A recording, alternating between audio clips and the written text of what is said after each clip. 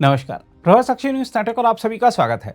विदेश मंत्री एस जयशंकर जिस तरह पाकिस्तान के अनधिकृत कब्जे वाले कश्मीर का मुद्दा बार बार उठा रहे हैं, उससे साफ प्रतीत हो रहा है कि भारत अब इस समस्या का हल करना चाहता है।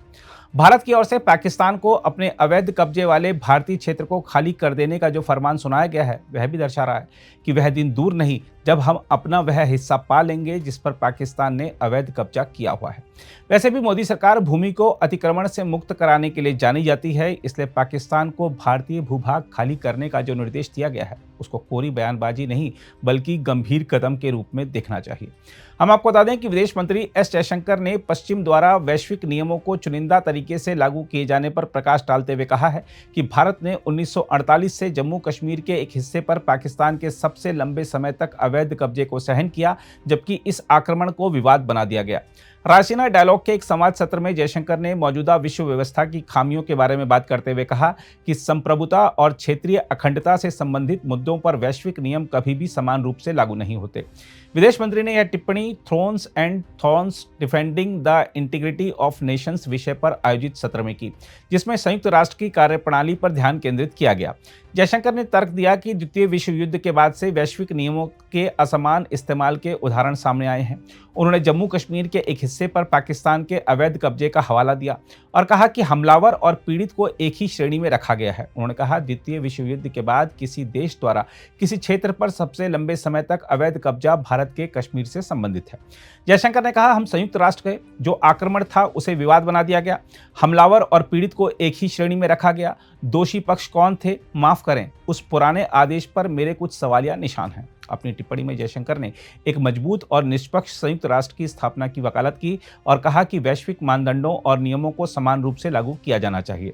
उन्होंने कहा, हमें एक मजबूत संयुक्त राष्ट्र की जरूरत है, लेकिन एक मजबूत संयुक्त राष्ट्र के लिए एक निष्पक्ष संयुक्त राष्ट्र की आवश्यकता है। एक मजबूत वैश्विक व्यवस्था में मानकों में कुछ बुनियादी स्थिरता होनी चाहिए। विदेश मंत्री ने मौजूदा विश्व व्यवस्था की समीक्षा का भी आह्वान किया। उन्होंने कहा, मुझे लगता है कि पिछले 8 दशकों में विश्व के कामकाज का लेखा जोखा रखना और इसके बारे में ईमानदार होना महत्वपूर्ण है तथा आज यह समझना भी जरूरी है कि विश्व में संतुलन और अंशधारिता बदल गई है।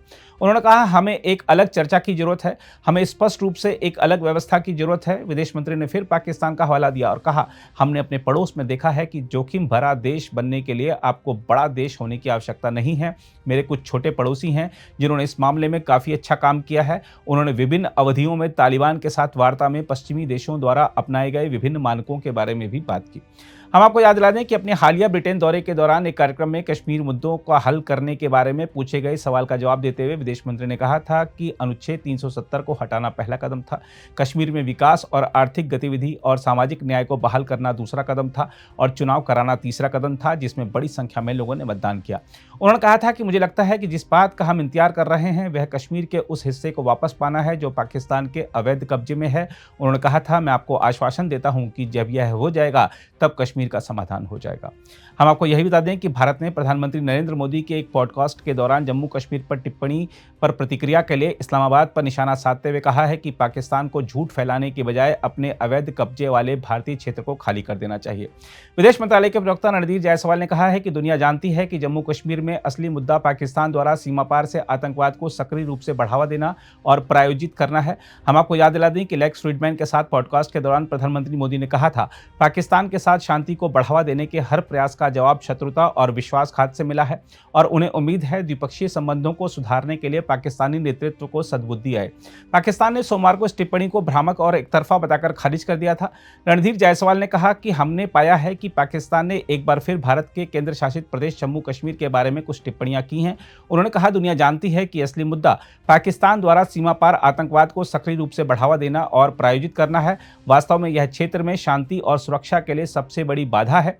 रणधीर जायसवाल ने कहा कि झूठ फैलाने के बजाय पाकिस्तान को अपने अवैध और जबरन कब्जे वाले भारतीय क्षेत्र को खाली कर देना चाहिए। अगर आप भी लेना चाहते हैं देश दुनिया की तमाम जानकारी तो आज ही सब्सक्राइब करें हमारे चैनल को। साथ ही नीचे दिए बेल आइकन को जरूर दबाएं ताकि हर अपडेट आप तक पहुंच सके।